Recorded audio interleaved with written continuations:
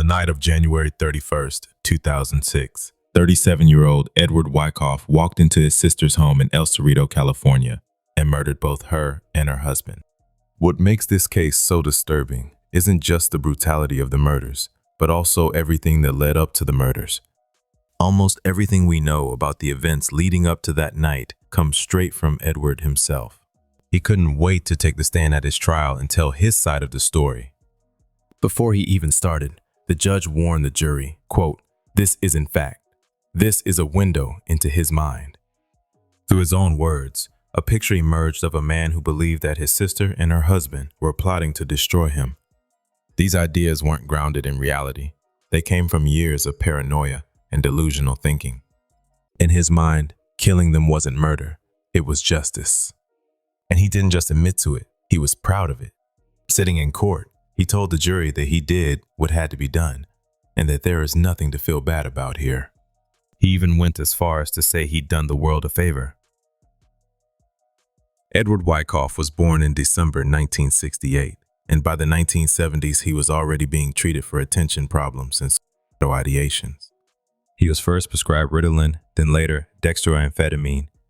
As a child, he was hyperactive and struggled with a speech impediment that required therapy in kindergarten and first grade. He was placed in special education until 6th grade and described himself as an aggressive kid with constant social difficulties. He claimed that without his medications, he'd go bonkers, but he insisted that he eventually outgrew his childhood problems. By high school, he was a loner. He hated school and had no interest in clubs or sports. He failed his classes and ended up being transferred to a continuation school for his senior year. That didn't work out either, and he ended up getting homeschooled and managed to graduate after that. Edward tried committing suicide twice before starting outpatient counseling, and also saw a psychiatrist several times. By age 17 or 18, he was being prescribed Mellaril and lithium. In 1997, he was diagnosed with ADD and put back on Ritalin, but soon stopped taking it. In 2001, he was diagnosed with major depression. Edward admitted that he'd been a chronic bedwetter well into his early 20s. He also admitted to being a hateful person and to killing at least 17 cats. Edward explained that the cats he killed are almost wild cats. These cats altered the food chain so that, quote, "you got no snakes, mice, and, hawks die off, and, it throws everything out of balance." Edward explained that he was a hero who cares about wildlife, and that's why he kills cats. However, he said that the way he kills the cats is very humane. He said that he, quote, "don't try and inflict a bunch of pain and me and all this kind of thing, or try to blow them up or anything like that." According to Edward, he and his sister Julie were never close. She was nearly 11 years older than him, and he considered her more like another adult in the house than a sibling. By the time he was 8, she had already gone off to college, and soon after, tragedy hit when their other sister, Debbie, died unexpectedly from an epileptic seizure. After Debbie's death, the family moved into a new house on Metheny Way in Sacramento, where their grandmother, Irene Galloway, came to live with them. Edward despised Irene, calling her the worst person in the world. One day in 1986, while helping his father move heavy furniture, Edward claimed that Irene didn't want the furniture moved. An argument broke out, and his father, who he believed was drunk, knocked her to the floor, breaking her hip.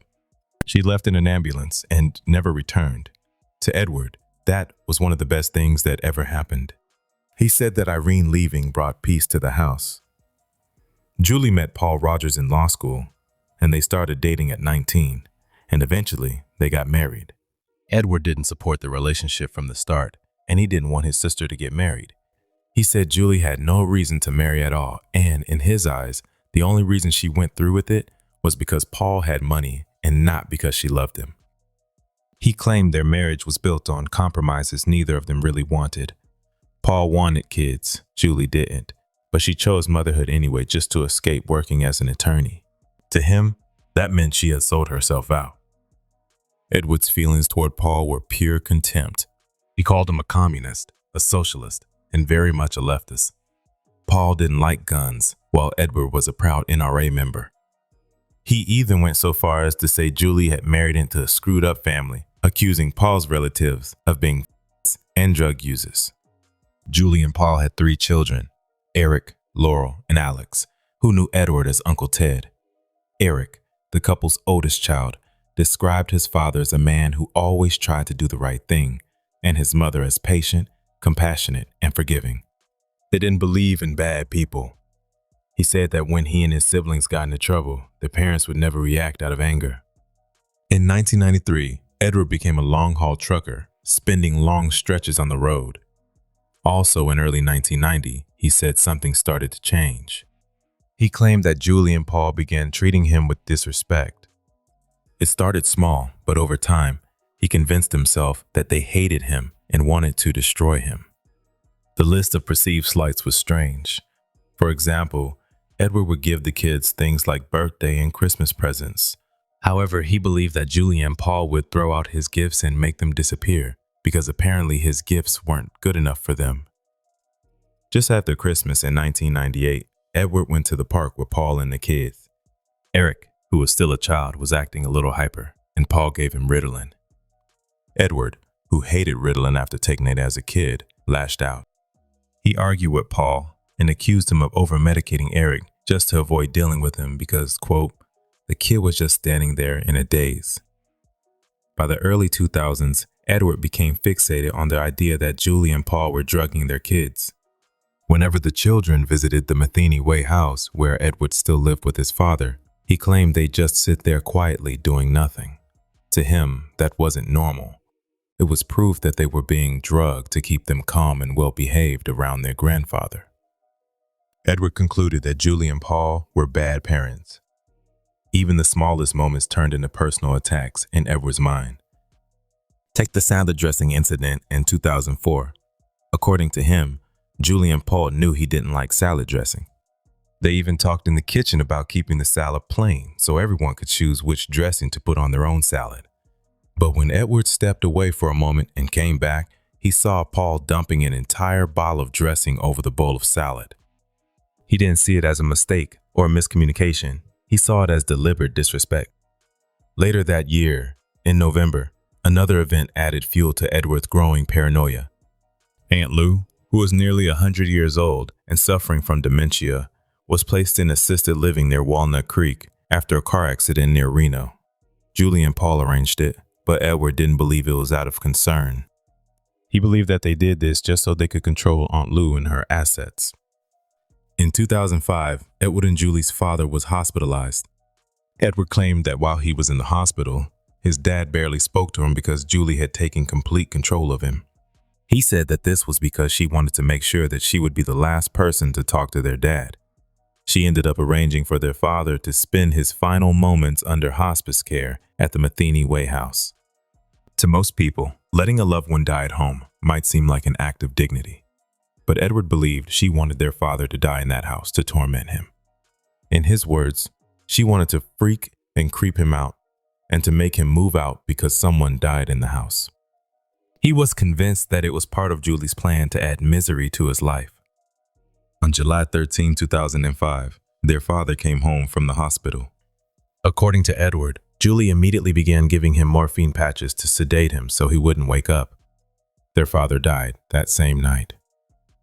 Edward went so far as to claim she timed his death so her father's health issues wouldn't interfere with her vacation, which she was supposed to go on in August. At the funeral, there were photos of their father with Edward's grandmother Irene, a woman he despised. Edward took it as a personal jab from Julie. The obituary was also late, which some people blamed on him, though he claimed it was Paul's responsibility to have it done by the day of the funeral. Julie and Paul didn't bring Aunt Lou to the funeral. They said she was too upset to come, but Edward believed they were keeping her away so they could continue isolating her and control her life and assets. He claimed Julie packed up all of Aunt Lou's belongings, moved them into storage, and then made plans to sell her house. He even believed that Julie destroyed Aunt Lou's original will, which had left assets to her stepdaughters, so she could write a new one that favored herself more than anyone else in the family. After the funeral, things only got worse. Julie made it clear she was executor of the estate. Edward said, quote, "She was calling the shots, even though I lived at the house and everything." However, he claimed that Julie said that if she went through everything in the house and decided that she wanted to keep something, she she would check with him first. But one day, while he was away, he claimed that she showed up with her kids and let them take whatever they wanted without discussing it with him, including their late mother's expensive jewelry. Edward said that Julie told him that half the Matheny Way house now belonged to her, and she expected him to start paying rent. He insisted they had a verbal agreement.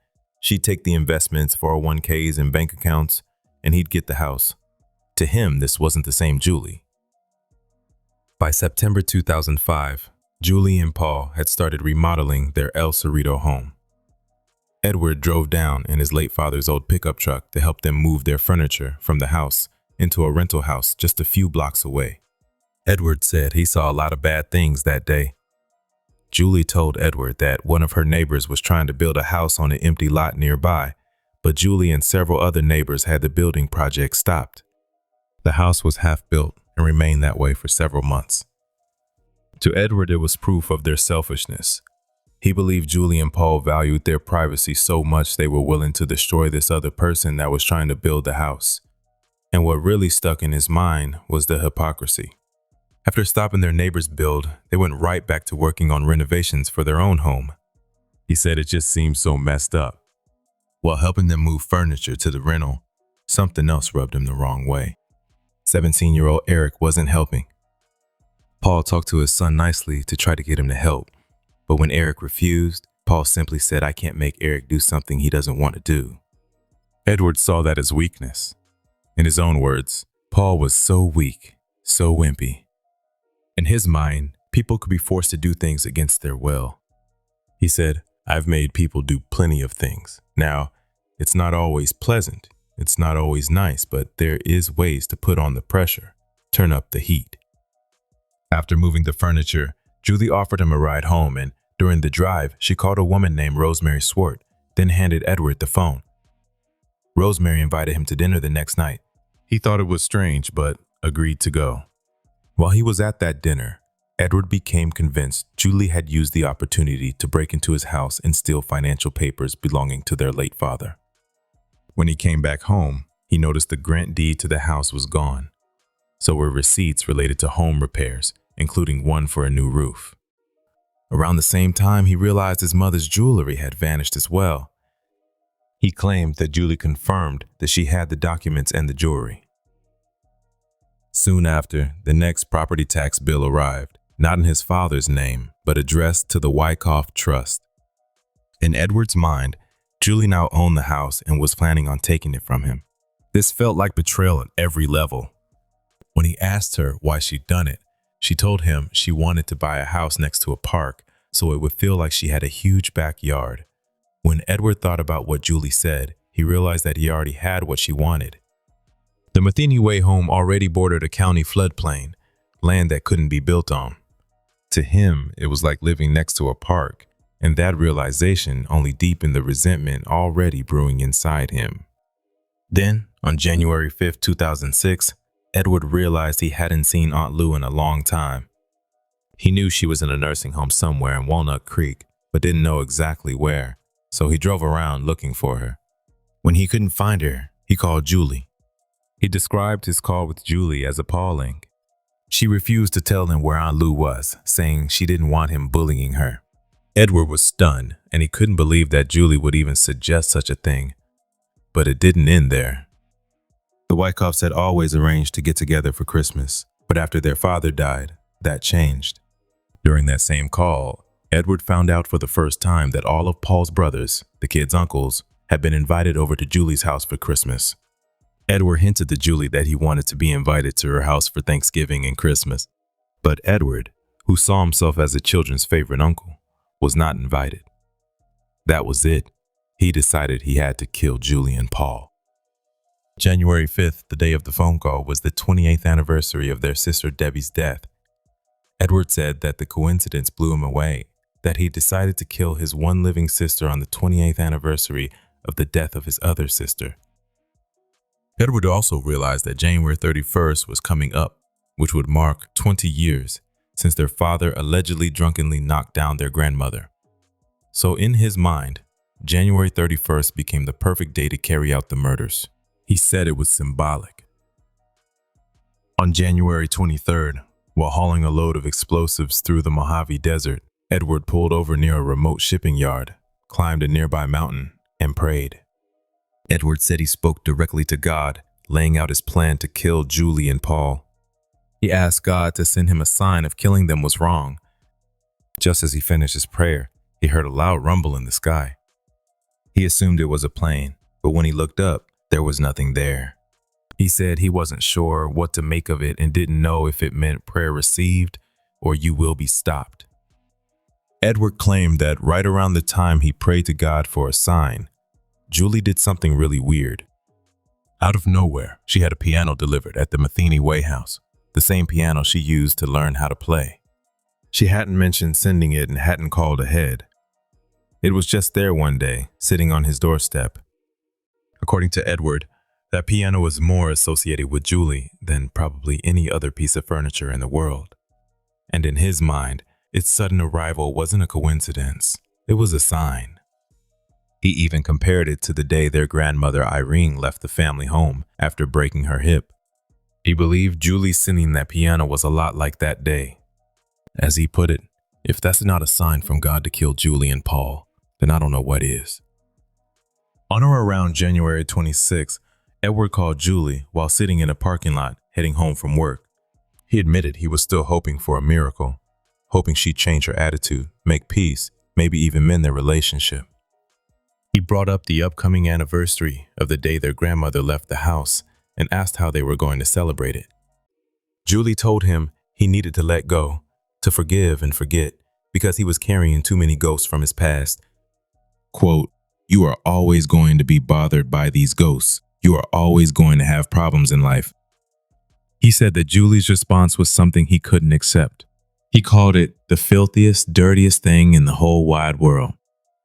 At some point, either during that call or the previous one, Julie told him that if anything ever happened to her, there are going to be a lot of people coming after him.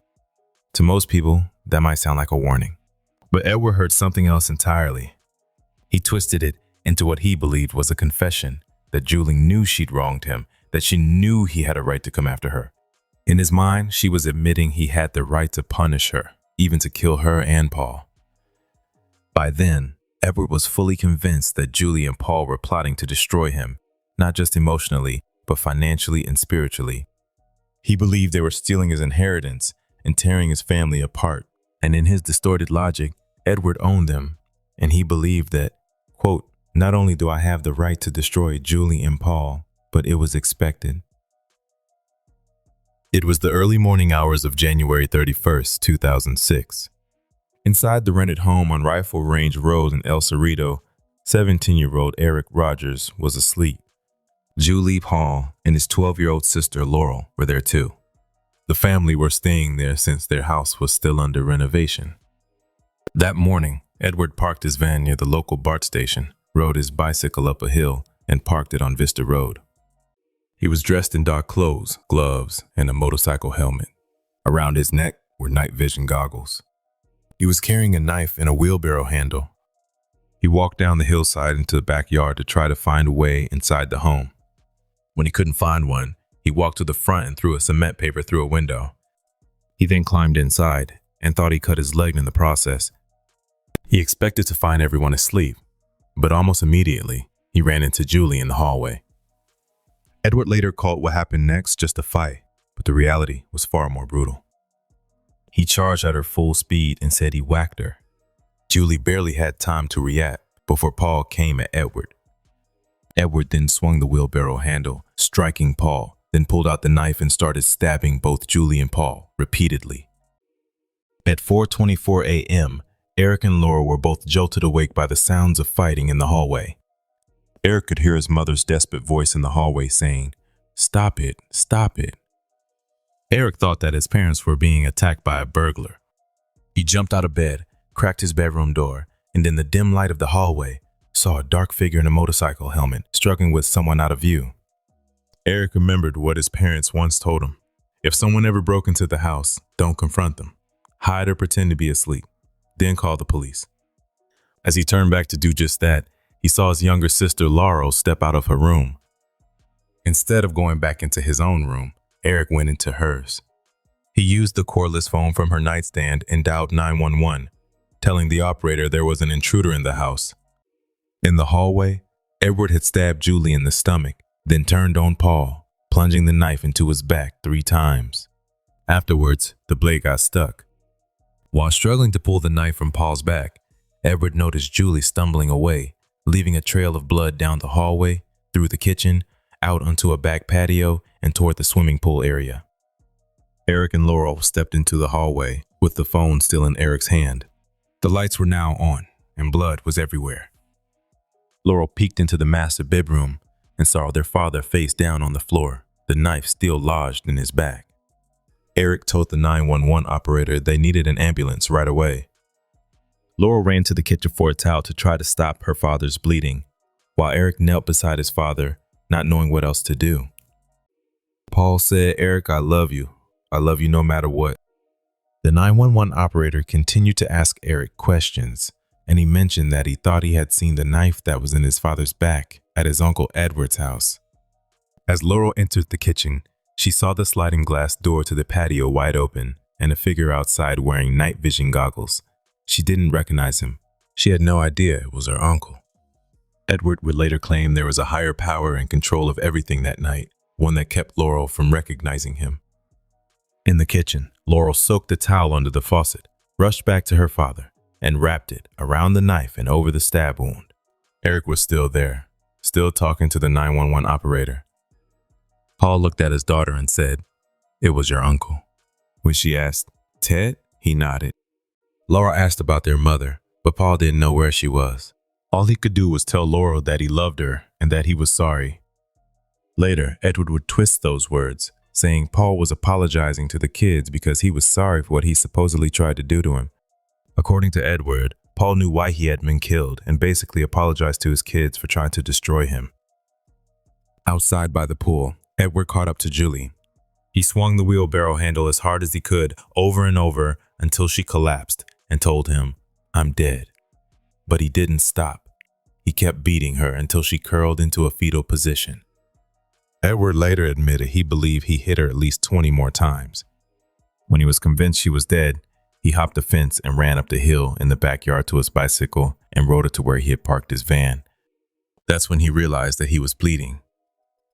Back inside, Paul tried to push himself up, but Laurel told him to stay still and stayed beside him.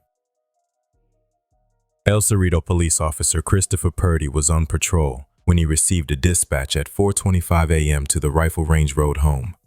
When he arrived, he waited outside for backup to arrive. While he was waiting, he heard a woman crying, whimpering, and making other muffled sounds coming from somewhere near the pool area of the house. After more officers arrived, Purdy approached the house and noticed that the glass window next to the front door had been smashed, and glass was scattered all around the door area. He reached through the broken glass window to unlock the door, but before he could, Eric swung it open.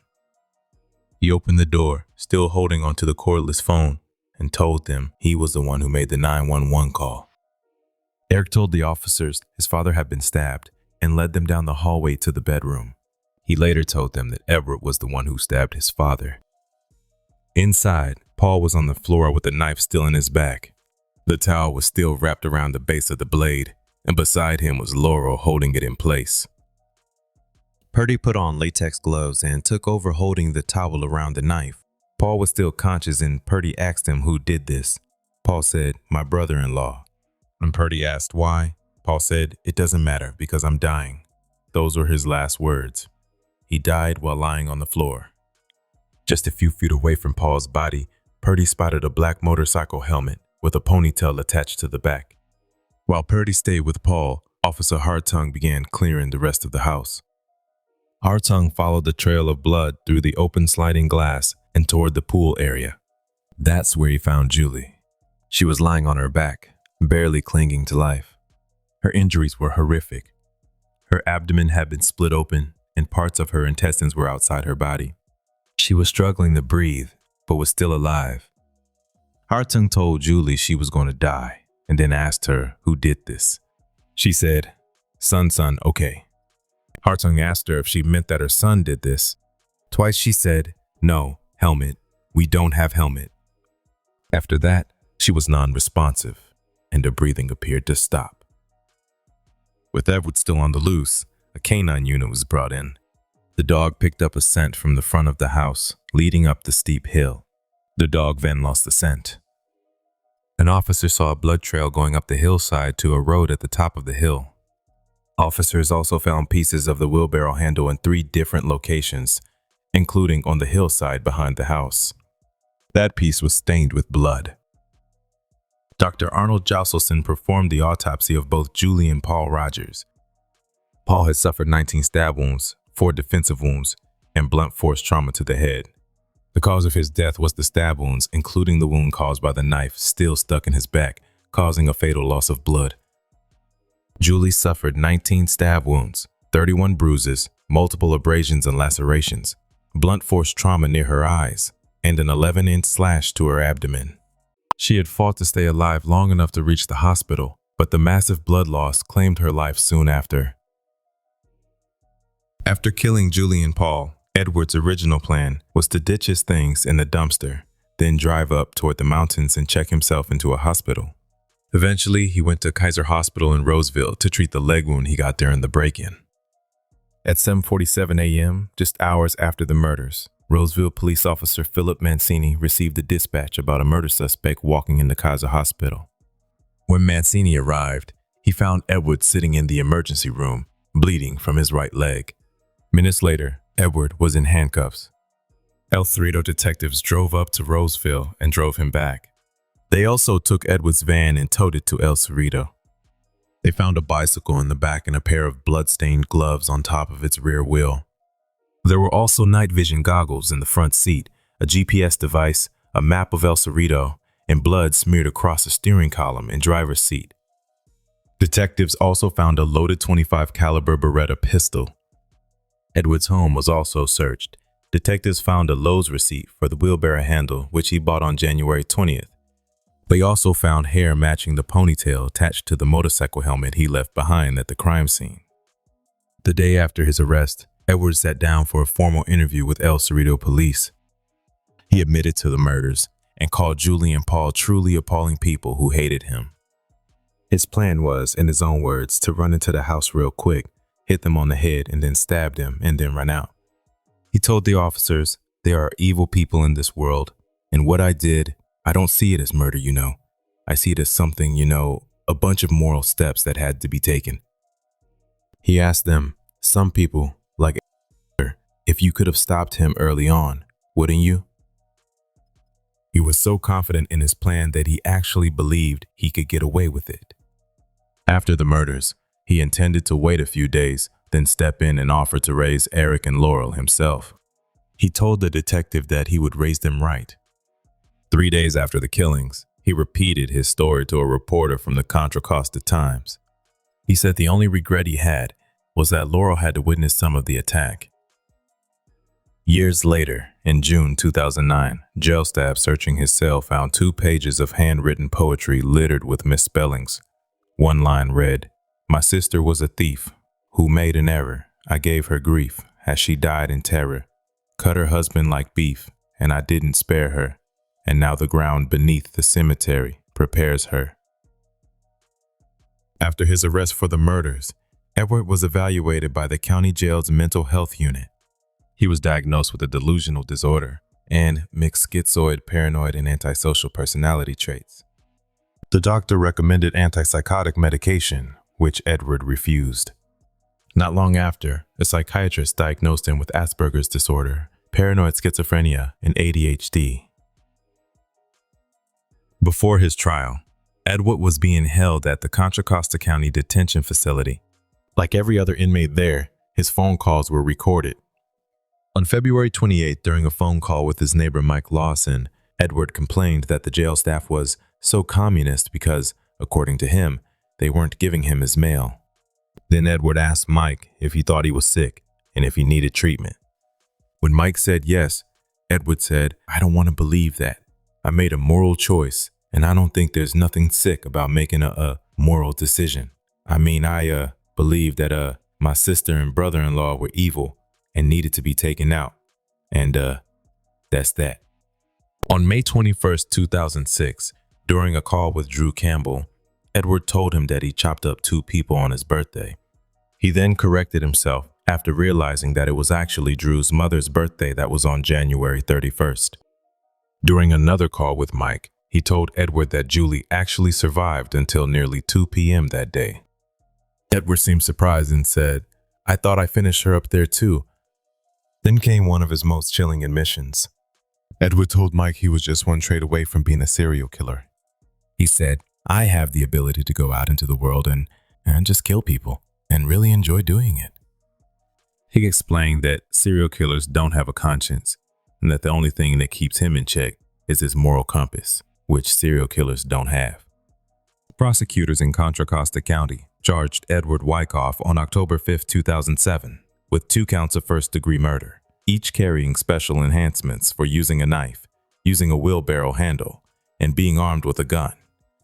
They also added a special circumstance for multiple murders. 4 days later, Edward was arraigned and pled not guilty. A few months later, on January 9, 2008, the firearm enhancements were dropped. Before his trial even began, Edward had clashed with every court-appointed attorney assigned to his case.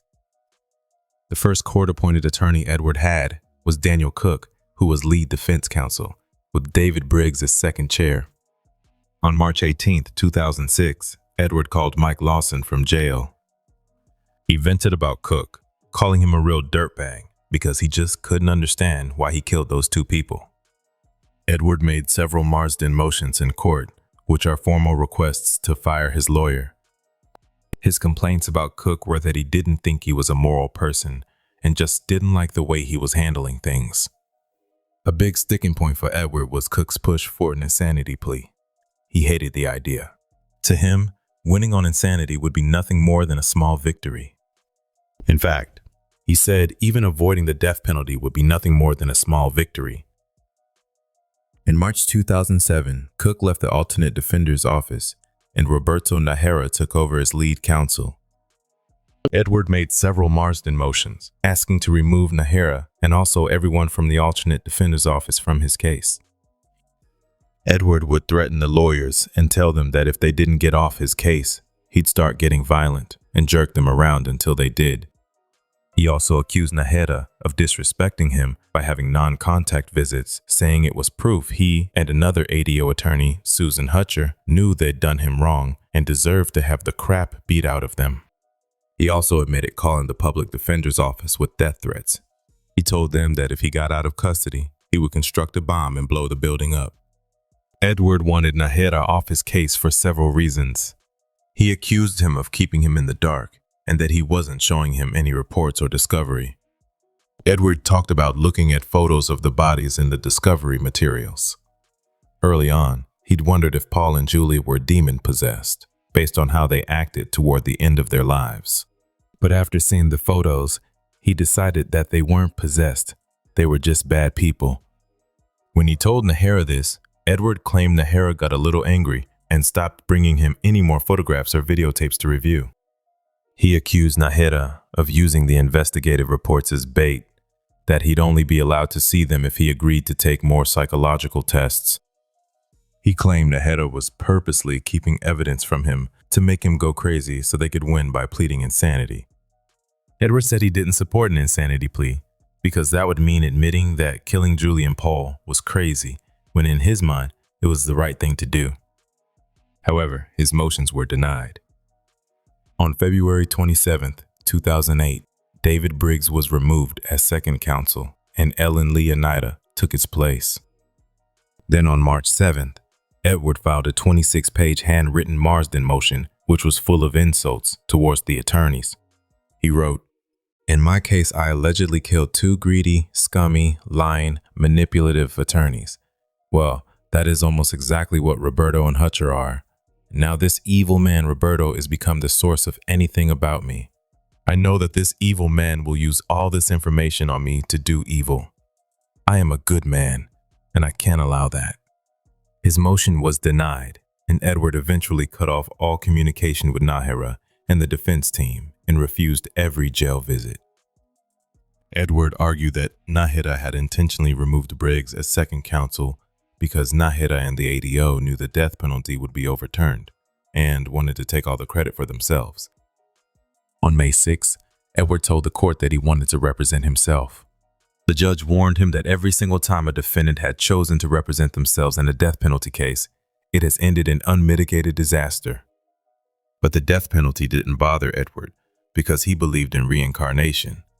What did bother him, though, was having to work with lawyers he considered the enemy. Edward admitted that he was not qualified to represent himself, but, quote, "I just got to get rid of Roberto. I have no problem with Briggs, but I'm doing this to get rid of Roberto, which I tried to do and you denied it." Then on September 22nd, Edward sent the court another handwritten letter saying that Nahira retired and that he now wanted to take over his case entirely. Following the letter, the judge agreed to at least consider Edward's request to represent himself. But given what the court described as Edward's grandiosity and what appeared to be a fairly high level of paranoia, the judge first ordered a mental health evaluation. Dr. Good did Edward's psychological evaluation, and he submitted a detailed 15-page report where he described Edward as a troubled person from childhood. Over time, he developed symptoms of paranoia and extreme levels of delusions, grandiosity, and narcissism, to the point where he truly believed he could handle the complexities of a death penalty trial on his own. Dr. Good's diagnosis landed somewhere between paranoid schizophrenia and delusional disorder, but he leaned heavily toward paranoid schizophrenia. In his report, Dr. Good also refers to psychiatrist Dr. Douglas Tucker's examination of Edward shortly after his arrest. Dr. Tucker described Edward as a man consumed by paranoid delusions, not just about Julie and Paul, but about jail staff, his lawyers, and almost anyone else around him. Dr. Tucker said Edward's beliefs were related to magical thinking. He believed in the spirit world, demonic possession, reincarnation, visits from dead relatives, numerology, astrology, and ghosts. Dr. Tucker also noted that Edward's paranoia seemed to spike after his father's death in July 2005, just years after losing his mother in January 1999. Dr. Good concluded that Edward wasn't competent to stand trial. His thinking was distorted by severe paranoia and mental illness. However, the findings never made it into evidence. On November 14, 2008, the court granted Edward's request to represent himself. David Briggs was assigned as advisory counsel, but Edward decided to represent himself throughout the court proceedings. On July 10, 2009, the court held a hearing to go over the written questionnaires for prospective jurors. That's when Edward started pushing for a few very unconventional questions. One of the questions he wanted potential jurors to answer was their opinion on people who like to kill extreme leftists because they hate them. Edward explained this would help him pick the type of jury he's looking for. Edward didn't believe a jury would ever find him not guilty by reason of insanity, but speculated that a jury of Republicans might actually applaud him, saying something like, "Great, he killed a liberal." He even floated the idea of handpicking jurors who believed in vigilante justice. He even wanted to ask if jurors thought people should have the right to take the law into their own hands.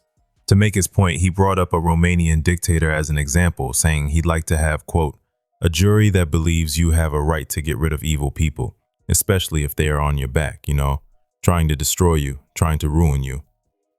Another question he wanted potential jurors to answer was about his work. Edward wanted jurors to know he was a truck driver who hauled explosives. He was worried that, quote, "here in California, a lot of people don't like truck drivers and other hard-working people."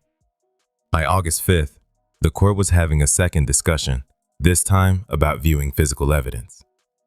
Edward wanted to see his grenade launcher, proudly telling the court that it, quote, "makes me look like more of a man to own something like that.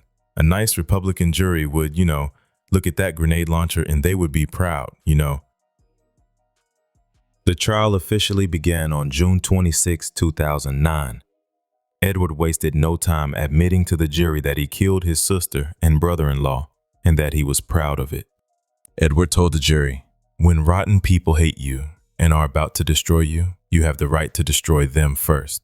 And if you don't, then you are a bad person yourself who believes in evil, and you deserve to be destroyed."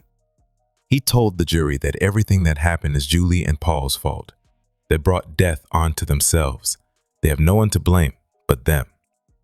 He boasted about putting those demons underground and insisted he shouldn't be punished at all because he was a hero who deserved award and reward and to live a nice, beautiful, peaceful life for this.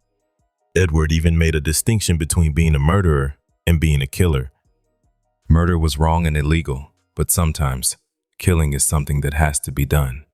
Quote, "I am not a murderer, I'm a killer, and I expect everybody in this world to appreciate me as such." The prosecution introduced a letter he wrote to his cousin, Lorinda Armanini. In the letter, Edward said, "Even after the killification of the family's rogue elements, when I got trashed into the emergency unit at Kaiser Hospital, my humor and thinking were definitely intact." He claimed doctors had asked how he ended up there, and he told them, "I had a Twinkie attack." He said that the hospital staff, who he called scum, didn't find this funny and called the cops. He then wrote, "What jerks." Later in the letter he wrote, "I did not plan on getting caught, but since I did, there are plenty of people who hate me. They were allies of evil with Julie and Paul." He even compared himself to Jesus. He wrote that he would have been the kids' savior by raising them better than Julie and Paul ever could, and even suggested that killing their parents had been a slight favor to them. He wrote, "They would figure out I'm the good guy in this and everyone against me is bad," before asking Lorinda for her phone number so, quote, "we can talk about how much of a wonderful person I am." After reading this letter, the prosecutor read a second letter written by Edward, one prosecutors called the Shining Letter. It was 20 single-spaced pages, and throughout the letter he repeatedly wrote the word red rum, murder spelled backward, just like in the Stephen King novel and film. In it, Edward called Julie an evil, demonically possessed bitch who kept both him and their Aunt Lou under her control. He scolded his cousin for not appreciating his brilliant letters of valuable knowledge and said, "I care about my family, and that is why I killed my sister and brother, because my family and me was under attack from a couple of demons. But I don't deserve punishment for what I did. I deserve reward." In his view, he was the one who'd been wronged. Instead of sitting in jail, Edward believed he deserved paradise. He described in vivid detail the kind of place he thought he belonged. Quote, "I should be on a beautiful tropical island where it's never too hot or cold and is like Woody Guthrie's Big Rock Candy Mountains with soda water fountains and lemonade springs. It will be populated with young, gorgeous, naked women and have bubblegum and candy bars growing on trees, surrounded by warm seas of topaz and sandy beaches, very tall mountains covered with snows of vanilla ice cream to ski on, lots of friendly animals. Butlers would get me what I want and do what I want as I spend my time playing with explosives and blowing stuff up." He went on to argue that he'd done the family a favor. Quote, "What I accomplished should have happened 8 years ago. The kids would be better. Many people's lives would be better and the family would be richer." As the prosecutor was reading the shining letter, Edward interrupted to say, "Isn't this kind of great?" The prosecutor ignored him and continued reading. Edward also made several bizarre comparisons between himself and Jack Torrance from The Shining. He said that Jack Torrance had a hallucination or past life memory or haunting or some kind of vision where he saw a room flooded with blood and blood running down the walls. But me, I am for real, not a hallucination. I really truly did leave a room flooded in blood and blood running down the walls of that house. 2 people were killed in this fine film, which just matches the number I had to kill in my situation. On October 27, 2009, the jury was ready to deliberate. After just an hour and 40 minutes, they came back with a unanimous guilty verdict on both murder counts. They also found true all the enhancements and the special circumstance of multiple murder. Before the penalty phase began, a court debated whether the 2 letters to Lorinda could be used as evidence. Edward didn't object to the letters being introduced. In fact, he seemed proud of them, calling one of the letters a masterpiece in brilliant writing. Eric Rogers' attorney wanted to introduce Eric's statement opposing the death penalty, but both the prosecutor and Edward objected. For Edward, the objection had nothing to do with legal strategy. He simply hated Eric's lawyer because he felt that he had been disrespectful towards him. Calling the attorney a dirtbag, Edward declared he would return evil for evil, vowing to teach the lawyer, "You don't treat people like this," all because the lawyer refused to take his calls. That same day, prosecutors brought up a grenade launcher they found at Edward's home.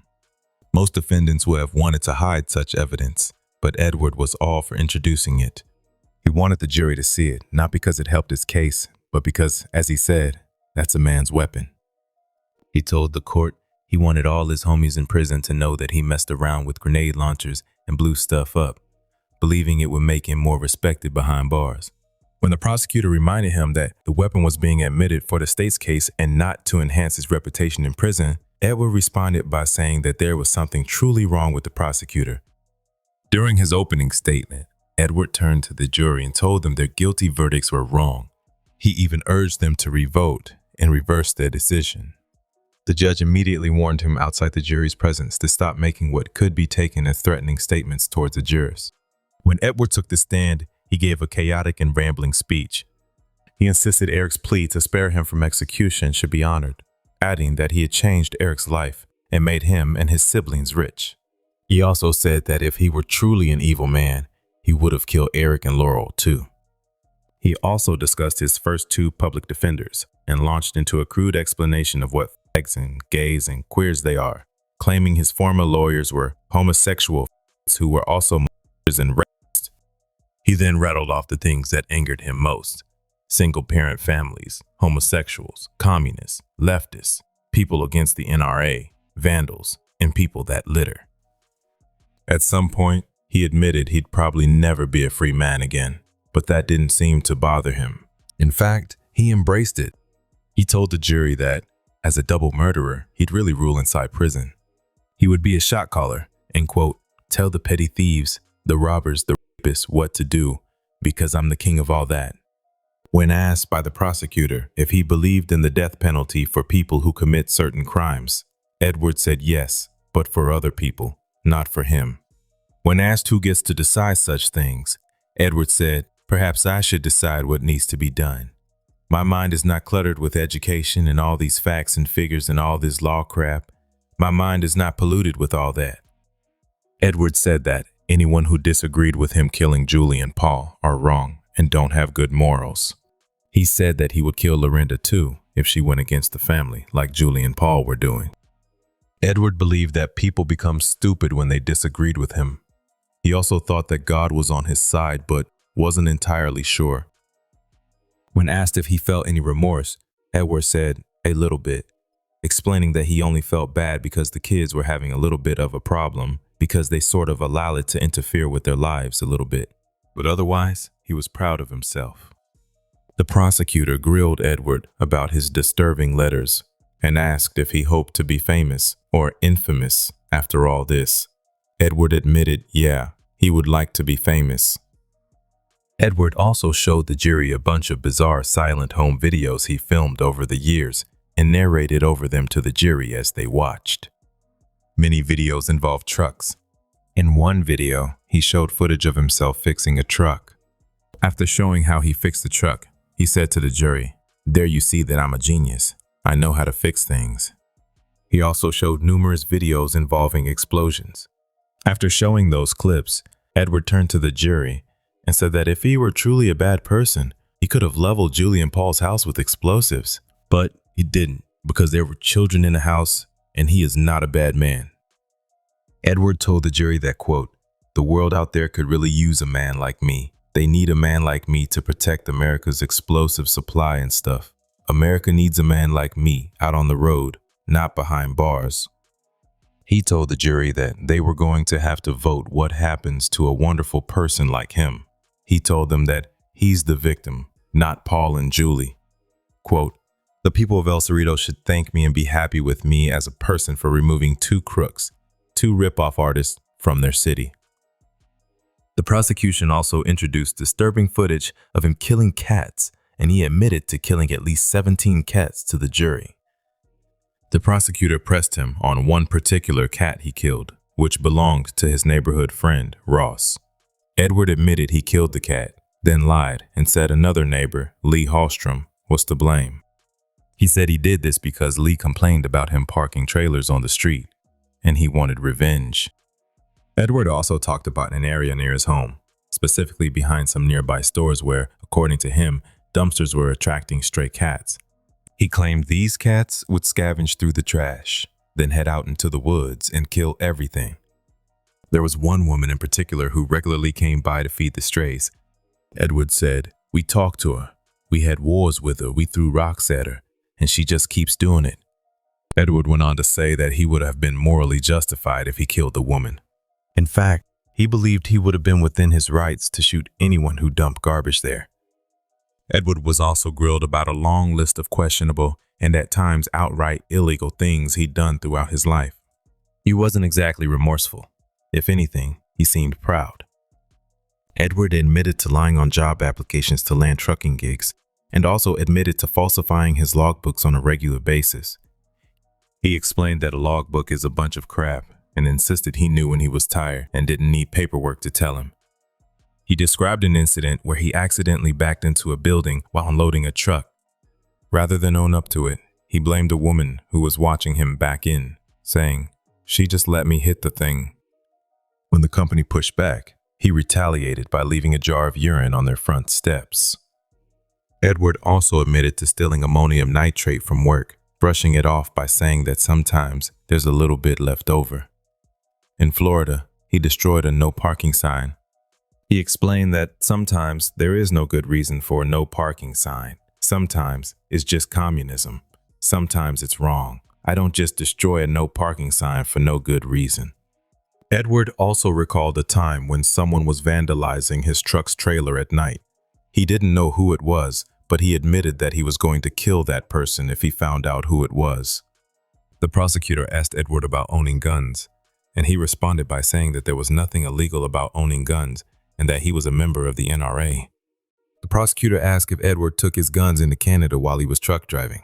He admitted that he knew it was illegal to take guns into Canada, but, quote, "You know they are, a little bit communist. I got a load to deliver. I have things that need to be done, so I'm not going to let a bunch of communism and rules stop me." At some point, he threatened the jurors again. He also said that he was hoping that the press would seek him out so he could tell the cameras, "I'm going to Prisoneyland." When no one found this funny, he said there were a lot of midgets and short people in this courtroom that don't quite understand humor. At the end, he told the jury to, quote, "Remember this when you go to vote, that Edward is a righteous man. Fix that in your brain. Edward is a righteous man." He also pulled out a box of Kellogg's Frosted Flakes and a pen and started stabbing the cereal box with the pen repeatedly and told the jury that he was now a serial killer. When no one laughed, he brushed it off by saying there were too many short people and bigots in the courtroom for anyone to appreciate his humor. On November 5, 2009, the jury deliberated for less than 2 hours before returning verdicts of death on both counts. At sentencing, he told the court that they should set him free so he can, quote, "get back to truck driving and making videotapes and running people off the road, blowing stuff up and things, and everyone can be happy. I'll be a happy person in society again." Before the judge delivered the official sentence, Edward was given a final chance to speak. What followed was nearly 30 minutes of bizarre rambling commentary. He opened by greeting the courtroom as if they were guests at a celebration. He welcomed everyone to his birthday party and asked if everyone is having a good time. He quickly made it clear he was furious about the verdicts. He complained that he never got the chance to badmouth anybody or yell at anybody, and then launched into a rant defending his own sanity. He said that although people might say he was mentally challenged, that wasn't true because he is competent, intelligent, and educated enough to represent himself. He said, "There's no fool for a client here." When speaking about his sister Julie, Edward described her as a mosquito sucking blood, suck my money, my inheritance away, and then shit on me and fly off. In his mind, killing her was simply like swatting a mosquito. Then, in a move that stunned the courtroom, Edward read a poem he had written to his sister.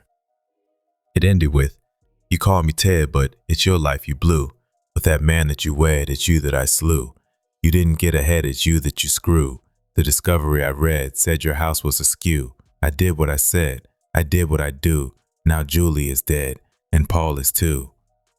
After reading the poem, Edward said, "This is some truly Truly brilliant poetry. I have discovered a real gift. After a lunch recess, Edward said to the court, "Let's talk about killing people." He said that in California, killing someone is A-OK. Quote, "It's great to kill someone here because when you kill someone, you get that free trip to Prisoneyland. And for killing someone, you get free room and board, free utilities, free food, free education, free healthcare, free dental. I mean, wow, crime sure as hell does pay, doesn't it? You know, so it's great to kill a person." At the end of his speech, Edward again pointed out his righteousness. Quote, "I'm a righteous man. All my life, I knew I would accomplish something really great, and this case is it." On December 8, 2009, the court sentenced Edward Wycoff to death for the murders of Paul and Julie Rogers.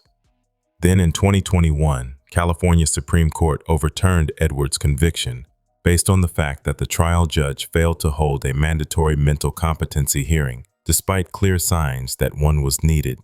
The court ruled that if Edward is later found competent, prosecutors will be allowed to retry the case. Thank you for watching.